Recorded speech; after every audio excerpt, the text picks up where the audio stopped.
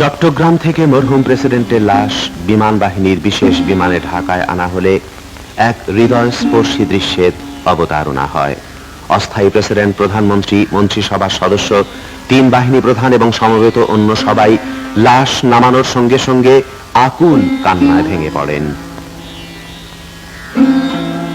বিমান বাহিনীর একটি ইউনিট গার্ড অফ অনার প্রদানের পর বিমানবন্দর থেকে মরহুমের লাশ নিয়ে যাওয়া হয় প্রেসিডেন্ট ভবনে।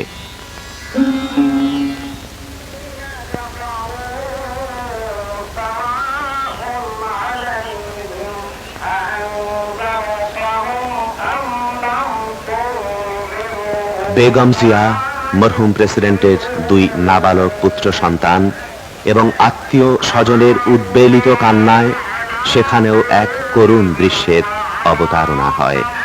উপস্থিত সকলের চোখ অশ্রু সজল হয়ে ওঠে।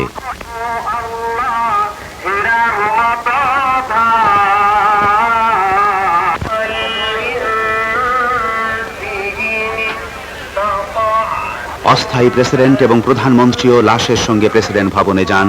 তারা আন্তরিক সমবেদনা জানান বেগম জিয়াকে। প্রেসিডেন্ট ভবন থেকে মরহুম প্রেসিডেন্টের লাশ সংসদ ভবনে নেয়ার পথে রাস্তার দুধারে সেনা, নৌ ও বিমান বাহিনীর সদস্যরা অভিবাদন জানান।